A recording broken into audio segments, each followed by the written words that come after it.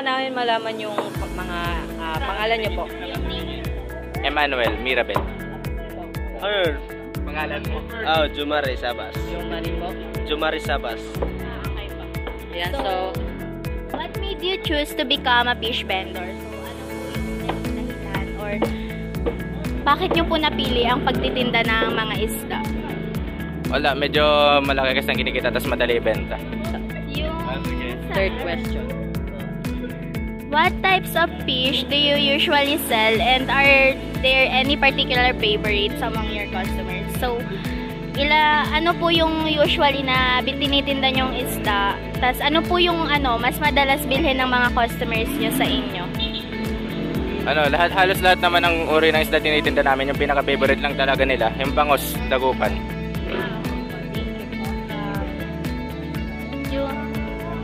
How do you ensure the freshness and quality of the fish that you sell? So, paano nyo po may ensure sa customers or kahit sa amin po na yung isdang binibenta nyo po is always fresh?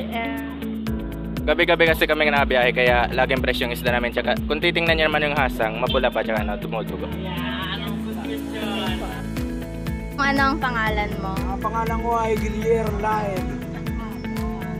So, how long have you been in the fish business, vending fish business? So, gaano na po kayo katagal sa pagtitinda ng isda? Pagtitinda ng isda, 14 years. What made you choose to become a fish vendor? So, bakit nyo po napili ang pagtitinda ng isda?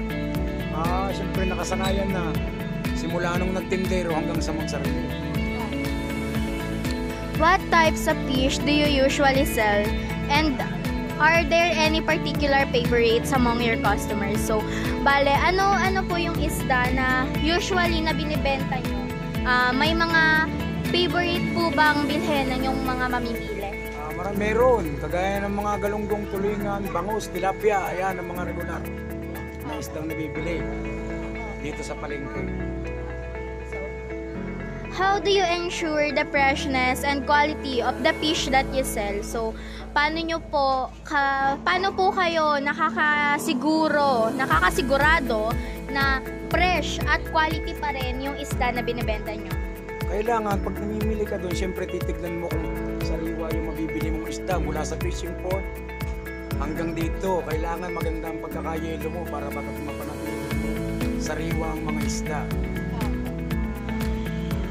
Can you share any tips or advice on selecting and buying fish for customers who may not be familiar with different varieties po?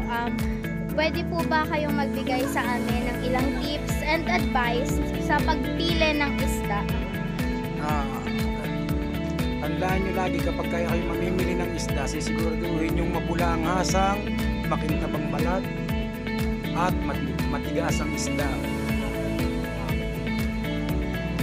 How do you handle the storage and transportation of the fish to maintain its freshness? So, paano nyo po na-handle yung freshness ng isda sa pagbibiyahe nito papunta dito sa pamilihan?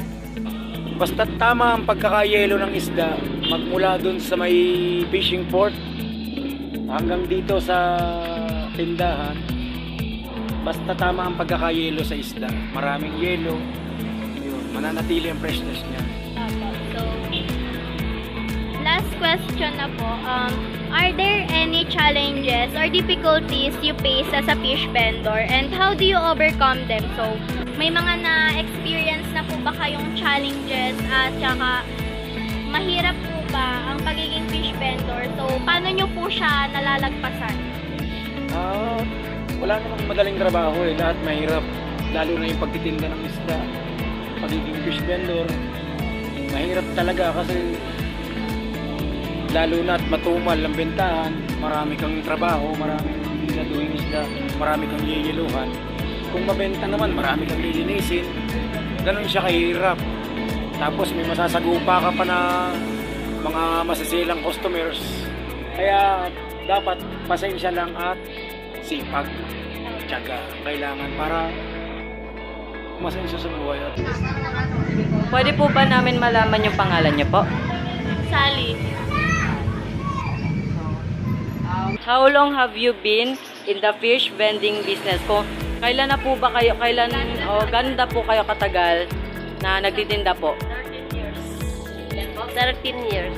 13 years. So, second question, what made you choose to become a fish vendor? So, bakit nyo po napili ang pagbebenta ng isda po?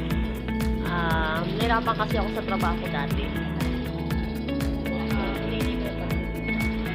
So, ano po, what type of fish do you usually sell and are there any particular favorites among your customers? So, bale, ano po yung mga isda na usually na tinitinda nyo at saka meron po bang mga paborito na bilhin ng mga customers ninyo? Galunggong, ang favorite ng tao at tulingan. How do you ensure the freshness and quality of the fish that you sell? So, paano po kayo makakasiguro na fresh at may quality po talaga ang isda na binibenta ninyo?